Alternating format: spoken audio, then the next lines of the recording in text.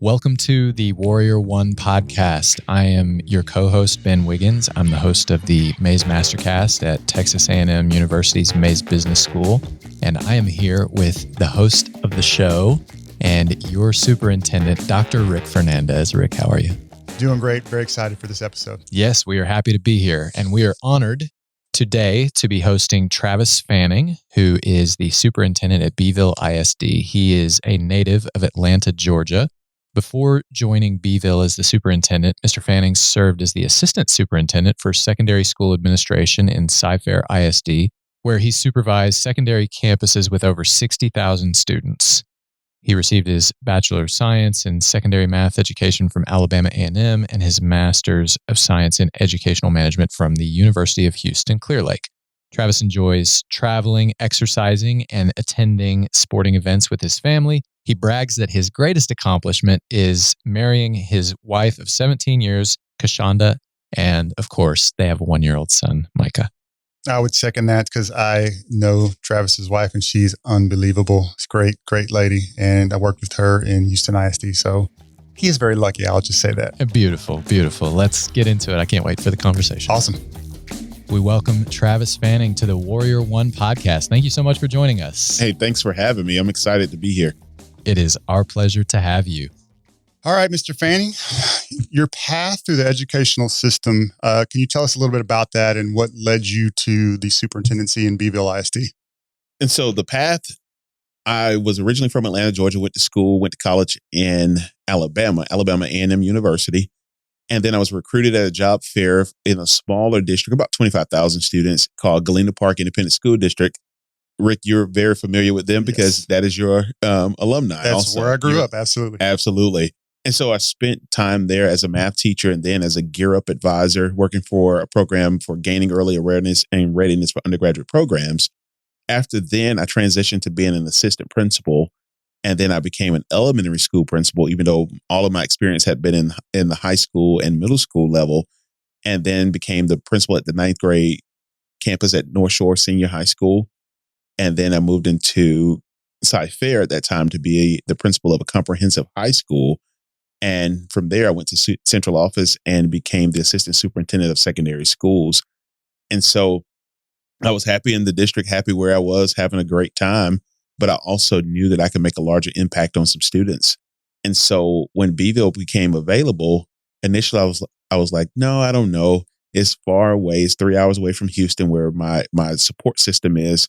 But slowly but surely, as I became more interested and started reading and researching the district, I was seeing some great things that were happening in that district. And so it attracted me to want to apply.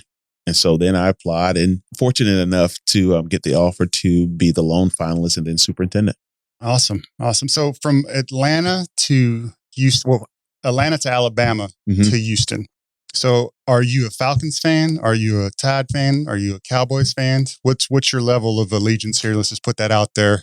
Let's put it out there. For all the fans. 100% a Falcons fan. Oh, gosh.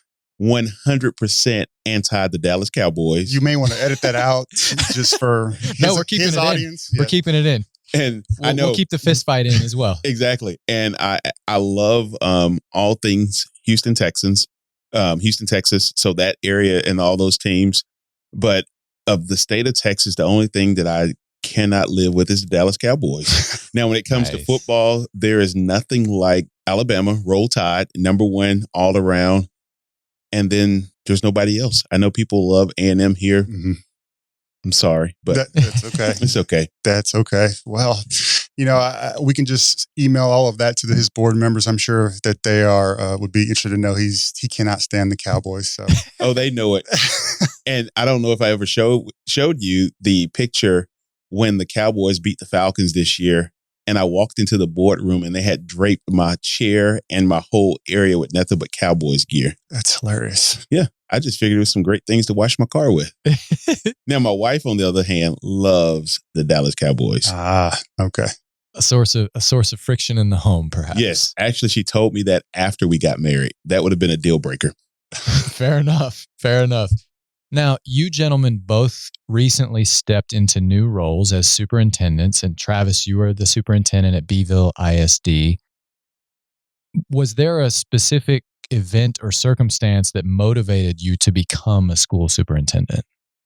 I tell you, from birth, I was made to be a superintendent. No, I'm just playing. I like this answer. Okay, we get the origin story now. No, I'll tell you, when I started in education, I really enjoyed working with students and I enjoyed being a teacher. And I thought that for the remainder of my career, I would stay in a classroom and do that 100% for 30 to 40 years. Okay. But I think it was different people who influenced me throughout the years. They look at you and they do what we call, they tap me and said, hey, we think you would be a great administrator. And I said, no, I love being a math teacher and all those things. Yeah. Finally, I took them up on it and I started doing those things. And the more that I found that as I moved up, I had the opportunity to have a greater impact on a larger group of students. And so that became more intriguing for me to make the difference in students' lives. And so being a superintendent, now I get to impact the lives of an entire district and a community. And so I think that just along the way, that's what attracted me to that position. Fantastic. We've also heard that you have some funny stories from your first year in school administration. Can you tell us a little bit more about that? Oh, man, yes. So as I said previously, I was a secondary guy. So grades 8 through 12 is where my sweet spot was. Yeah. And I got the unique opportunity to become the principal at Normandy Crossing Elementary School. And so I was not as familiar with all the rules and the protocols and things dealing with little kids. Sure. And so one of the things I found out was that parents tend to arrive very early on the first day of school to take their child to school because it is a big deal for them. Mm-hmm. Typically at a high school, if you arrive about an hour early, you are good. That's your sweet spot. Nobody's there and you're still fine. But this day I arrived at the elementary school probably about an hour and 20 minutes early and the lobby was packed. Well, me being a type A personality, like to prepare ahead of time, I knew that I would get there early, but it's my first day as a principal. I want my clothes to be nice, neat, and crisp. I took them a day ahead and put them in my office. And so then when I arrived to the campus and I pull up, I am wearing black dress shoes, black socks, a pair of athletic shorts, and just a t-shirt and a jacket because I thought I would be the only person there. I would get in the building, get dressed, and be fine. Right. Well, no. There was at least 20 to 30 parents and students in the front. And me, I'm pretty confident. I don't get embarrassed. I laugh at myself more than anybody else ever could. I get out of the car and then something said, you're the principal of the school. You might not want to do that. So I got back in the car, drove to the back, called my assistant principal and said, hey, Lindy, will you do me a favor and please look at my office and bring me my clothes? And so the story I tell everybody is that my first day with students as a principal, I got dressed in the car. True story. Love it. Love it. That's hilarious. I commend you because I've often thought, would I make a decent elementary principal? And the answer is no, I would not. I'm good for some reading and enjoy activities and see some classwork, but hats off to our elementary administrators and principals and teachers because that is patience personified. So yes, sir. But you would be surprised though. I tell people if you have low self-esteem or you need an ego boost, you should be an elementary school principal because next to the Tooth Fairy, Santa Claus is their principal. They think you sleep at the school and that's all that you do. Well, if you would have walked in hey, they really would have thought I slept at school, wouldn't they? But I'm telling you, it's a cool job. And that's where I learned the foundation of education. Mm-hmm. I learned where you begin to identify educational gaps or when you have some students who are going to need some additional assistance through that RTI process. That is where I learned to hone those skills was in the elementary school. I think every educator and every superintendent and every principal should spend some time in that area just to learn some of those skills and what it means to truly identify those deficits and how to help students close that educational gap. I think our elementary professionals do an exceptional job at it. Don't get me wrong. I love my secondary educators, but just that attention to detail in elementary, it is truly to be commended. You know it. You have a wife there. Absolutely. I'm always amazed at what they can do and how well they know their students. Very briefly for our listeners who may not know, RTI? Response to intervention. Okay. Yes. So when students are struggling, it's a part of our plan that we put together to ensure they get exactly what they need. Very good. Very good. Mr. Fanning, tell us a little bit about your district's demographics, et cetera. What are some of the assets that you feel are the strongest pieces that you have in terms of working with the district, and what is some of the adversity that you've been able to overcome? I'll tell you what I say about Beeville Independent School District. I tell everybody that it's the best kept secret in South Texas. And why I say that is because there's so many great things that's happening in that little small area, and it's sort of nestled in between Victoria. Then you have Corpus Christi, and then right above us you have San Antonio. So it sits in a nice little sweet spot. I have the privilege of serving about 3,200 students there. Yeah, 84% Hispanic, 13% white, and roughly about 3% African American, and a few others. And so it's a very diverse community. We are about 89% economically disadvantaged, but if you ever came to the area, you couldn't tell because they do a great job of keeping things crisp and up to date. And although it's a small town, one of the things that I love about it is everybody treats you like you belong. And so I tell you, the most attractive thing about Beeville is just the feeling of belongingness. Since day one, everybody has welcomed me. They've been nice to me. And even when they didn't always agree with some decisions we made with COVID-19, they were extremely supportive. And they would always reach out and say, welcome to Beeville. We're glad to have you here. If you need anything, always reach out to us. I think some of the exceptional things that we have going in our school is our career and technology education programs. They are exceptional. We offer a myriad of opportunities for students who want to go into college, but also for those students who are seeking to get those certifications and receive job-like experience. We have that available for them. And so that's really the area that we've concentrated a lot of attention the past few years. And then we're ramping up and starting our STEM program. We have a strong program in our junior high called the Barnhart Academy, which is exceptional. And then we'll also have a high school healthcare academy that is really good too, where a lot of our students are receiving certifications in various areas to go into the medical field. And our long-term goals now is to do two big things. Number one, we want to create a magnet program for grades 2 through 5. Okay. And then we also are in the process. We just got accepted by TEA to start that preliminary year for early college high school. And so we're really excited about that as well. All right. So I got to ask you, and if you don't want to give away your trade secrets, but 2 through 5. I think for 2 through 5, what I'm really looking at, I'll share everything because you're far enough that my kids can't come to you. So we're good. No, but I believe in public education. We don't do enough sharing enough. And Rick can tell you, I'll share everything I have. And has. And so we're looking at creating a program that's STEM based, either looking at the Lego program or also looking at Project Lead the Way. Awesome. I think both of them have very good products. We're going to spend this next year doing a lot of the research and really investigating. I have a dynamic assistant superintendent, Dr. Tiffany Spicer. And so she and I are truly dedicated to getting that up and going, and also to get an early college high school going in Beeville. I think those are the main two areas that we're looking at that will really put us on the map in that area, because we offer just about everything else. And we have a great partnership with our community college, Coastal Bend College, as well. Very nice. It's funny you brought up robotics and STEM, because we're also looking at expanding some of our robotics pieces, and our robotics teacher at the high school. Matter of fact, we're meeting very soon to talk about where can we go from here. Some of our kids just won a competition with what they've been doing. And so we're looking at how do we start that a little bit earlier. So the natural matriculation all the way up to 12th grade. So, and I'm a BattleBots nerd.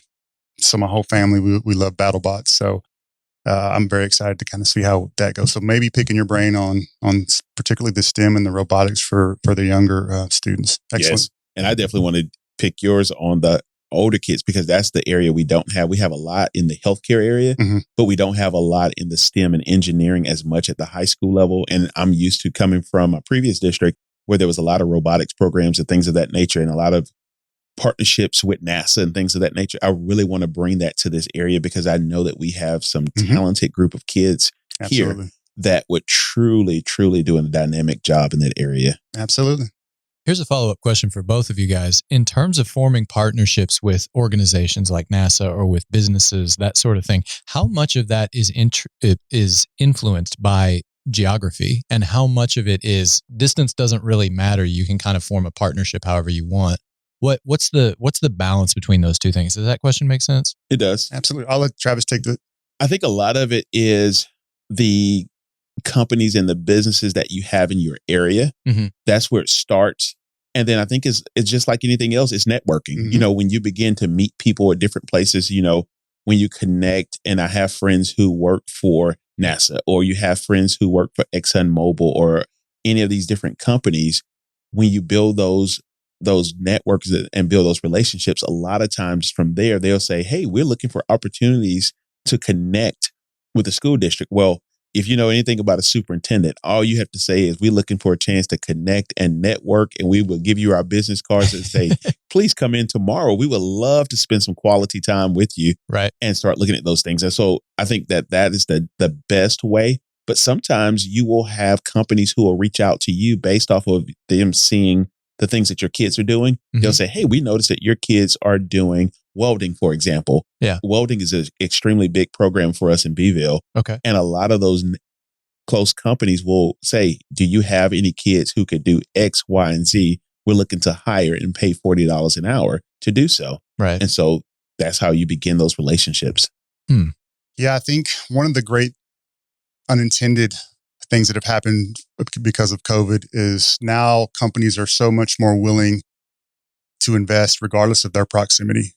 So obviously, like Travis said, we want to have great partnerships with our local industry, but there's some others that are not as close. I mean, we've got SpaceX a couple of hours away. We've got Tesla a couple of hours away that are looking to be innovative and partner on some different things. So I think COVID, because now everyone is accustomed to working virtually and meeting virtually, it's kind of unlocked the door, and potentially our resources have expanded because of that. So it's not foreign to anybody anymore if I'm talking to someone in a different city or a different state that still can have access, to our students for jobs or for scholarships or what have you. So I think a lot of it will go beyond our immediate borders and continue to expand. And I think that our kids will reap the benefits because they're living it, right? They're living it. We'll never go back to where everything is done on paper. That time is gone. So we got to leverage that. And I think that our community is like ripe for that. Like we've got some great industry here. So there's going to be a lot of things that are really exciting coming to TM and to Beeville. So obviously, in terms of, COVID's been obviously a tragic thing for America and for the world. Mm-hmm. But it seems like maybe one of the silver linings that has come out of that very dark cloud is it's making the world smaller.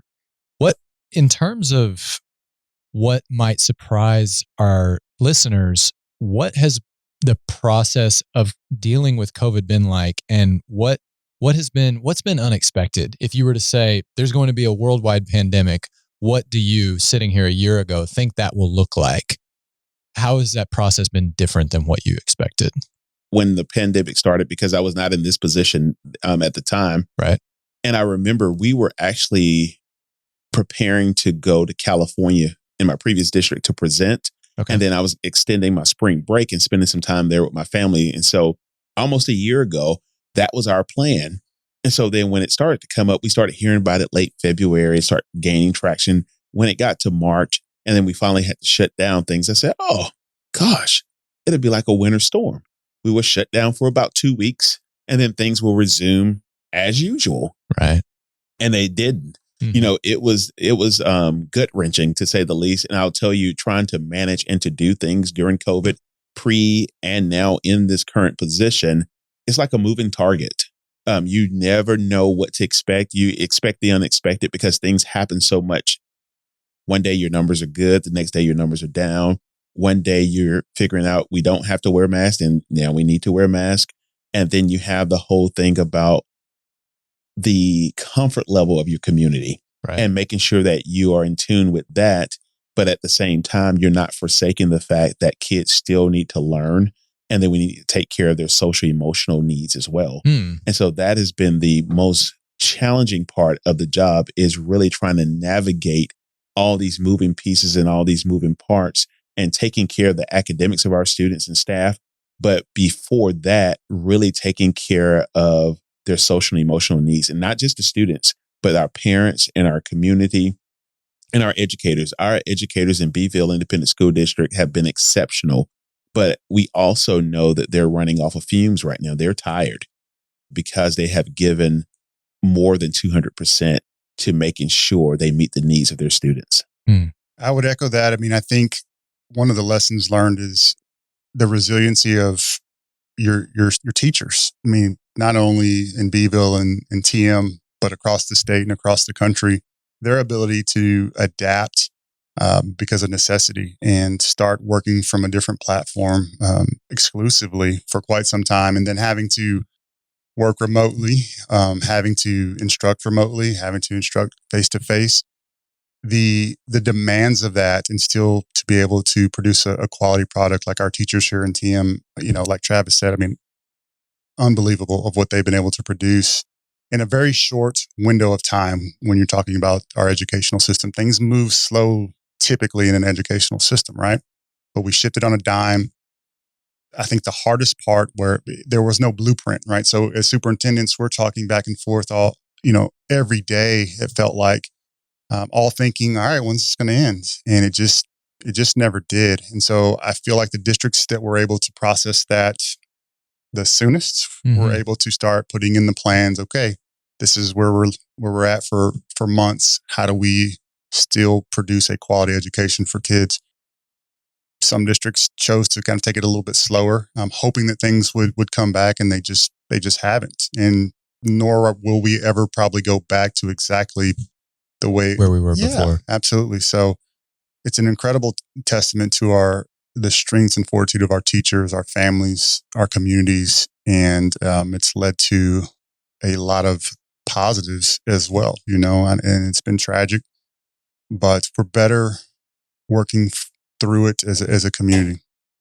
I tell you what, it has forced us to not do things the status quo or the traditional way that we were accustomed to. It has rocked our world in education, and it has forced us to keep up with technology and to push ourselves to do the things we never imagined. If you would have told me that, hey, your entire district is going to go virtual for a few months, I would have said, there is no way our kids would ever do it. Right. But it has shown how resilient our teachers are, as well as our students and our parents. Many of our parents who are not certified in those particular areas of education have earned their certification just from field experiences with their students in the last couple of months, and almost now, well, it has been now a year that they've been in that environment. Okay, Mr. Fanning, as a first-year superintendent, much like myself, what are some of the things that you've learned from our colleagues in our area? I think the first thing I learned from our colleagues in the area and then in the whole state of Texas is that this was a great year to be a new superintendent because everybody was learning at the same time. And so that was really unique. I would call people and say, okay, I have a question. I don't know how I'm dealing with this or what to do. And it's like, yeah, I have that same question also. And these are people who are seasoned, well-groomed superintendents for more than 10 to 15 years in the seat, and they still had those same questions. And so I think the biggest thing for me is the fact that it has been a collaborative effort. I've never felt alone, because you hear that being a superintendent in a district, you're the only person in that seat. It can get lonely. COVID has forced us to realize that we have to collaborate and that we have to work together as a team. And so that's been the most comforting thing, is being a new superintendent. You feel like you don't know what you're doing anyway. But number two, knowing that others are there to support you, and we will figure out things. Sometimes Rick and I, we would get on the phone and we would call each other and say, okay, what are you doing with this? And how about this? And what about this? Have you thought about this? And then we'll get on a region call with all the superintendents in Region 2, and we get to talk through those things and process through those things. As educators, we like to process out loud, and we like to talk to different people. We love to collaborate. And so that is what it has forced us to do, is to be a collaborative leader and to lean on different people. And sometimes we'll say, hey, you have a great idea. Will you send that to me, please? Yeah. So that I can use that same thing and don't have to recreate the wheel. Travis, what's been the hardest part of moving into new leadership roles in different school districts? Kind of the journey that you talked about earlier in the show. You used the phrase "the ounce of fear" at one point recently. Can you tell us a little bit more about what that means?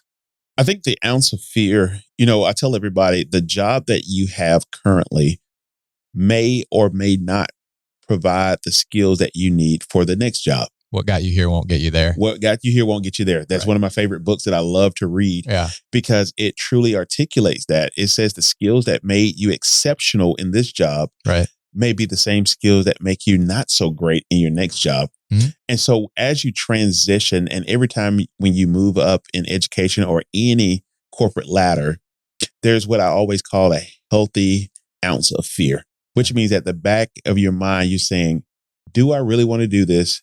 Was this the right move? Am I good enough? Sometimes, and you have to deal with that internal you talking to you saying, if you can really do this job. Right. And so I think that for me, having that fear always in the back of my mind is what motivate me to have a sickening work ethic. I always tell people may be smarter than me. They may have more degrees than me. They may have more years of experience. But what puts me in the competitive ring is that you can't outwork me.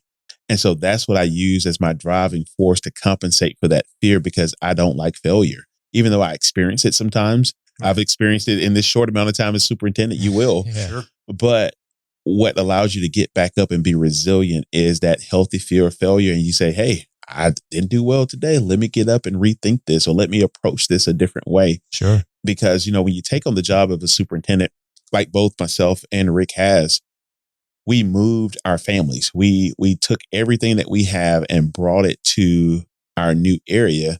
And that is tough, because it's a big transition for your family. It's a big transition for everyone. And you want nothing more than to be successful because your family is looking at you at the end of the day. But also a district has welcomed you into their home. That's why I tell people when you go as a new superintendent and it's not a district that you're familiar with, you're going into somebody else's house that they welcome you in and ask you to, hey, take charge and lead us to be better. And so that alone keeps you awake at night because you don't want to fail those 7 people who entrusted you with doing this for their community and for the district. Sure. That's a great point. And speaking of football earlier, I think about, I replay the same things in my mind. As a coach, you replay the conversations, you replay the decisions, you replay the choices.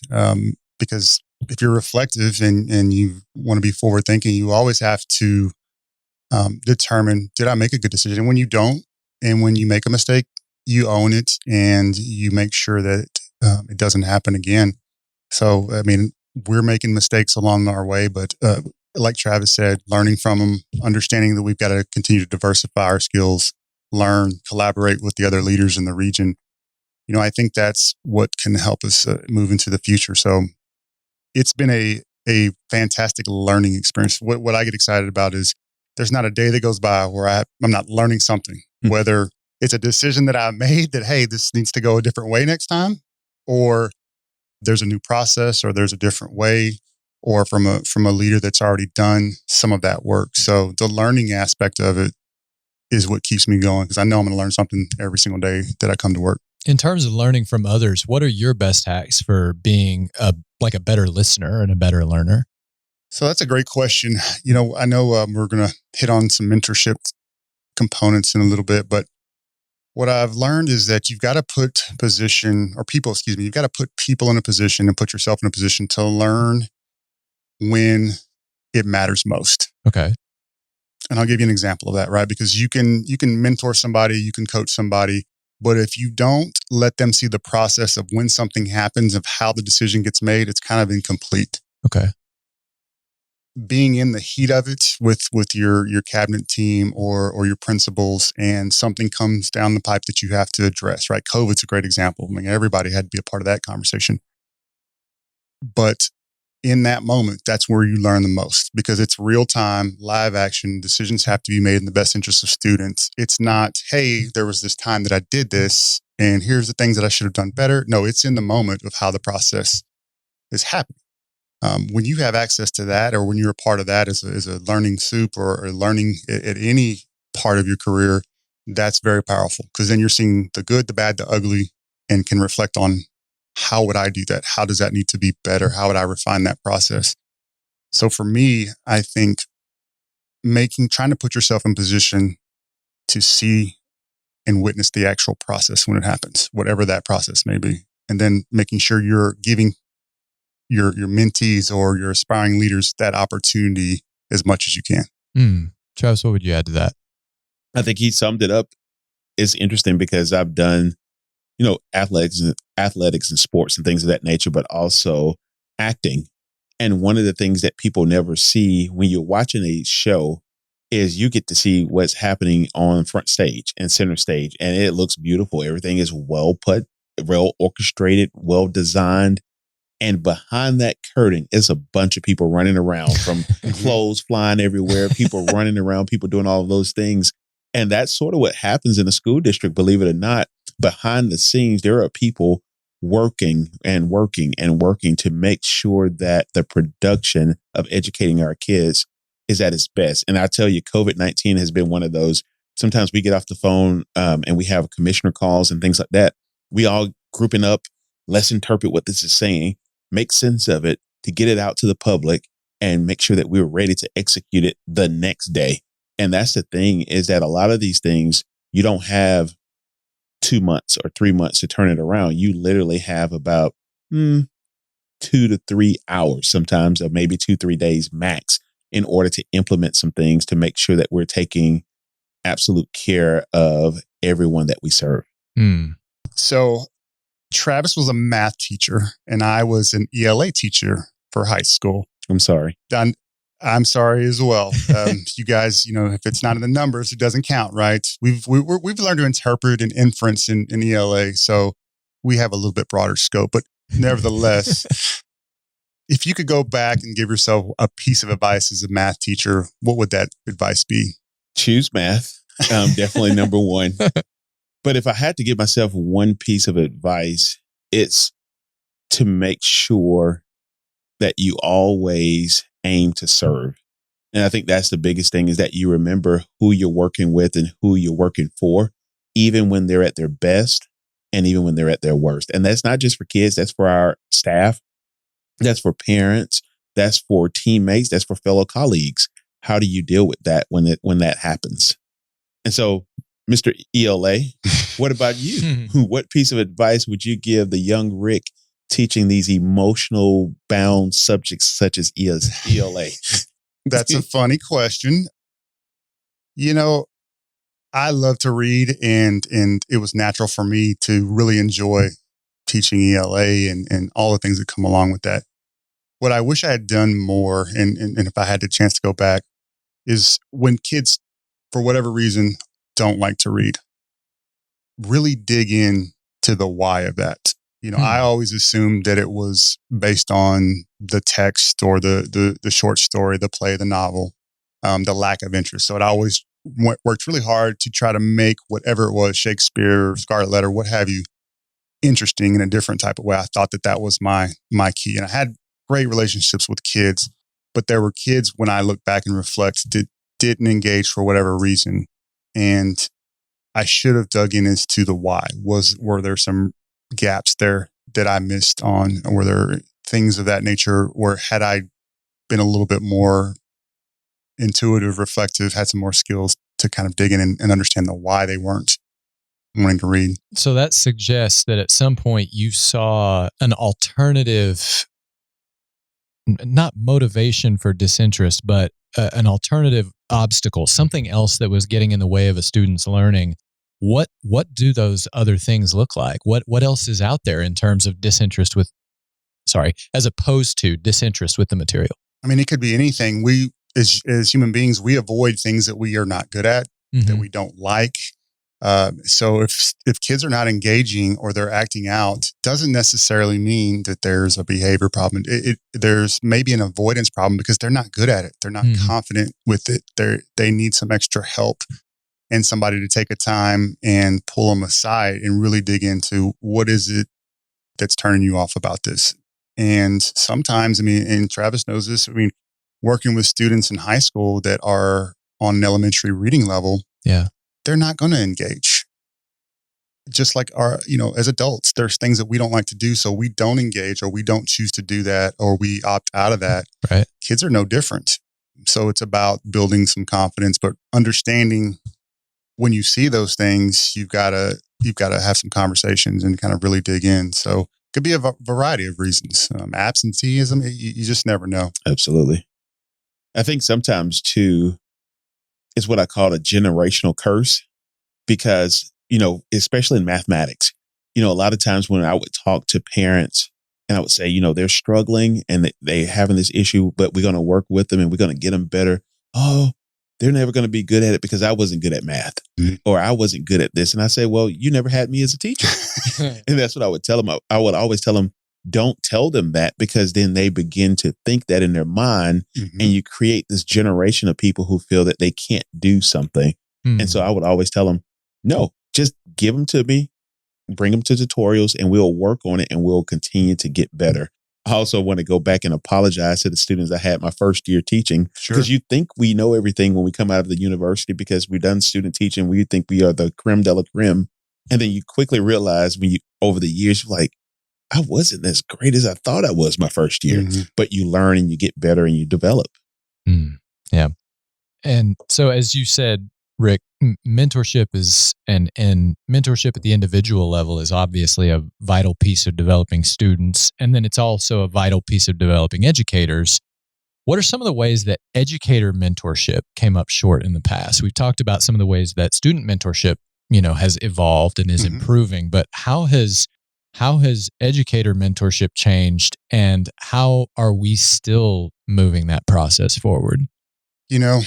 But the principals are going to roll their eyes when they hear me say this, but I think it all comes back to coaching, right? If we're parents and our kids are at a practice, be whatever sport that is, we would expect a coach to be giving feedback very routinely within that time frame on a daily basis, right? You wouldn't expect your kid to only receive feedback and coaching and mentoring one day a week and they play on Saturday and we expect the result to be great. Right.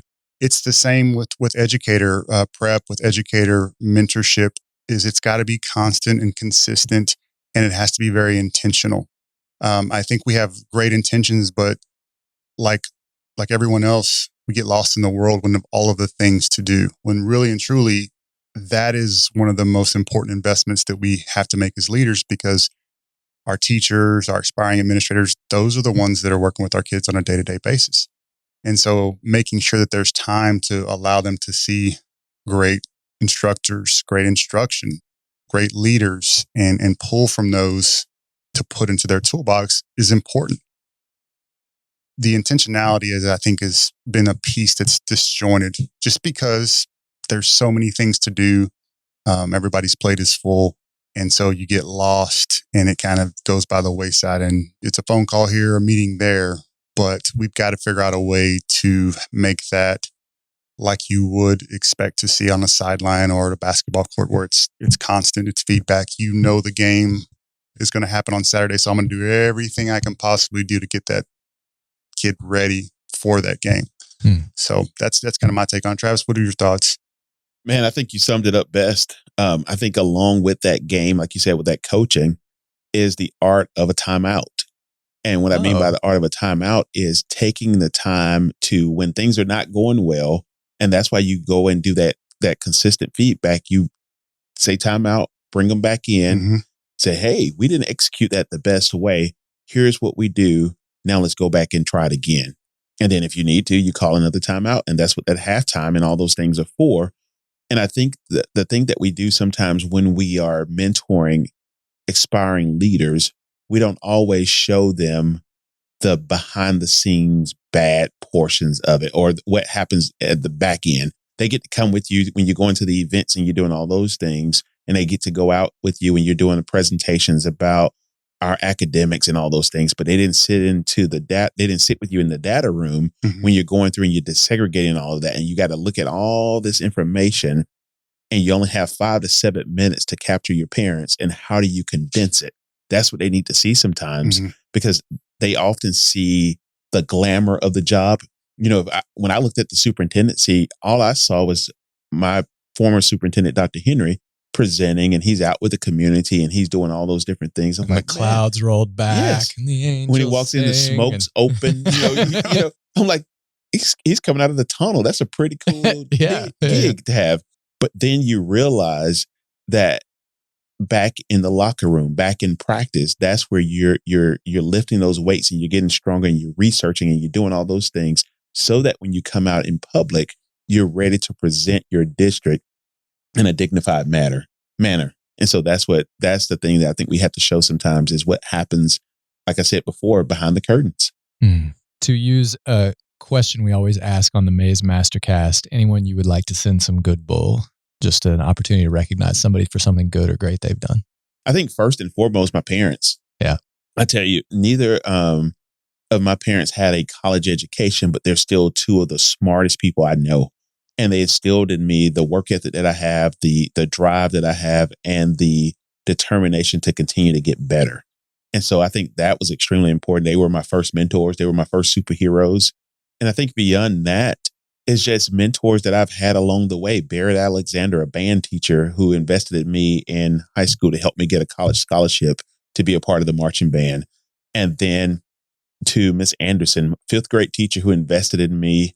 And then as I matriculated on through my career, just numerous people, Dr. Angie Williams, Dr. Mark Henry, and my mentor right now, Dr. Robert Bostic, Latanya Goffney, Tori Hill. There's just so many of them that I could go on and on who took the time when I didn't believe that I had the skills to do a job. They invested in me and built my confidence to say, you can do it. And here's how you do it. And here's what you need to do to prepare. And so for all those people, I think they have been at the forefront of my life. And I think the ultimate ones, I tell people, if you can't be a superhero at home, where else can you be one? True. And so my wife and son, they give me that motivation when I am tired and when I feel like, you know what, I just want to quit. I just want to find something else to do. Or I don't want to do this job. I don't want to do that job. They always tell me you could do it and we're going to be there to support you. Beautiful. Okay. So how can your parents, the faculty, your administrators keep up with what you're doing? Anything you want to plug, anything you want to add, any social media that you want to put out there so we can hear about all the great things that Beeville ISD is doing? Absolutely.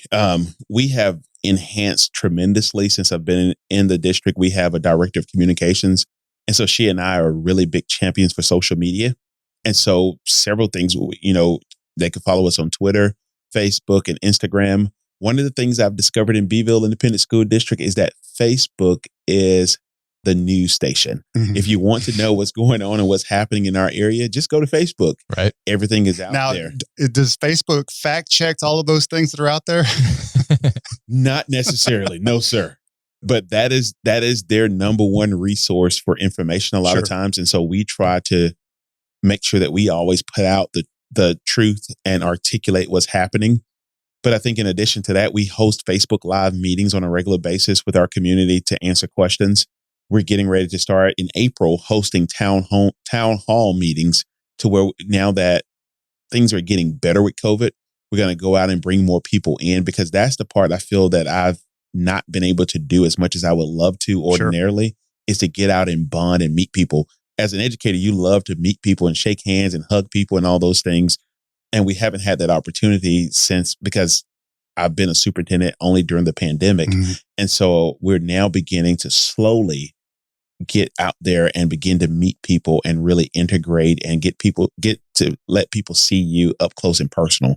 And so that's what we're going to approach to do and really aim to do in April and May of this year. Fantastic. I do have a couple of questions. I was going to try to put Mr. Fanning here on the spot with just a couple of questions. Please, let's do it. Oh, here we go. I look forward to it. If you're controlling the prom DJ material for Beeville ISD, what's something you slip in there from our era? I feel like the music was the best from like 95 to like 2000. That was my college era. So, just a lot of any music that came out of Atlanta during that time was excellent. From Little John and the East Side Boys, Ludacris, to the girl groups, Jermaine Dupri. Anything that came from that era, I think was excellent. But that was my college days. But I love 80s, 90s, early 2000s music. Last one, best sitcom of all time. TGI Fridays. I loved all that whole lineup. Okay. But I was a big Good Times fan. Yeah. And I still am. I will watch Good Times like it was the first time I ever saw those shows. I still love it. Mine was Martin. I loved Yeah. Martin. Loved it. Still watch the reruns today. So Yes.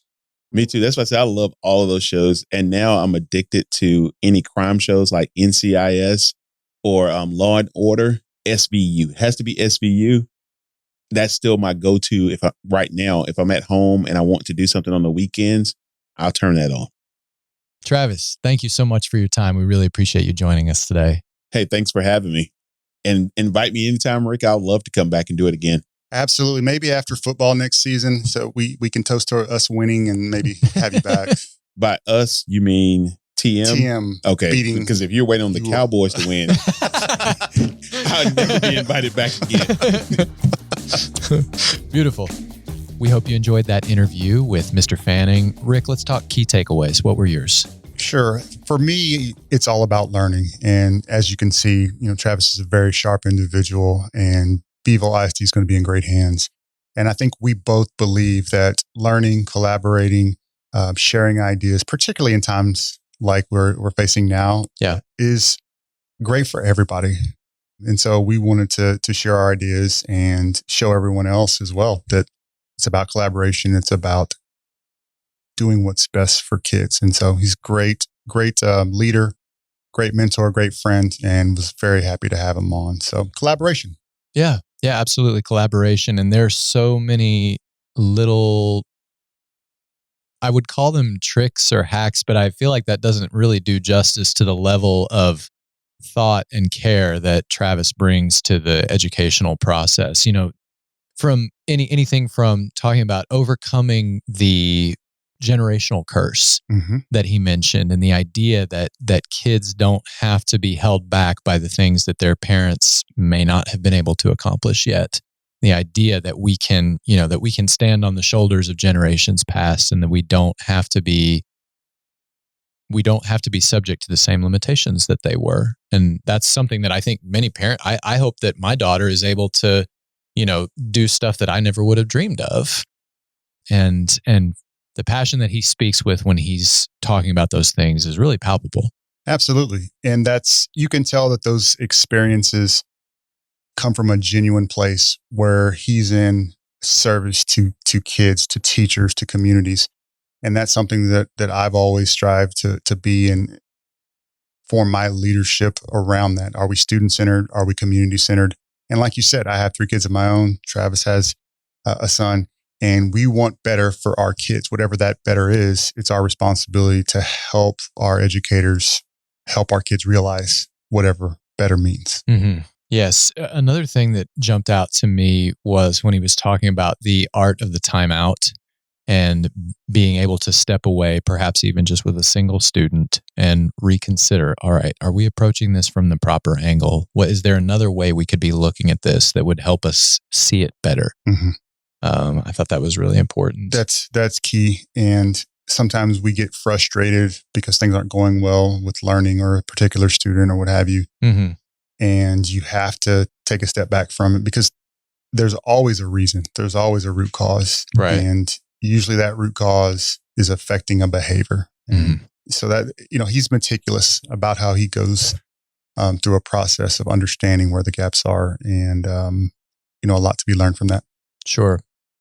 The another thing that I think is really important is addressing the ounce of fear, so to speak, and the idea of moving your family around. And this is something for administrators or aspiring administrators to understand as they consider the possibility of upward mobility in administration, is the idea of moving your family around, and knowing that, in his words and in the words of another author we're all familiar with, what got you here won't get you there. Absolutely. And I hate to bring it back to a basketball analogy, but if you watched Michael Jordan, The Last Dance, there was a piece in there where he said, leadership has a price.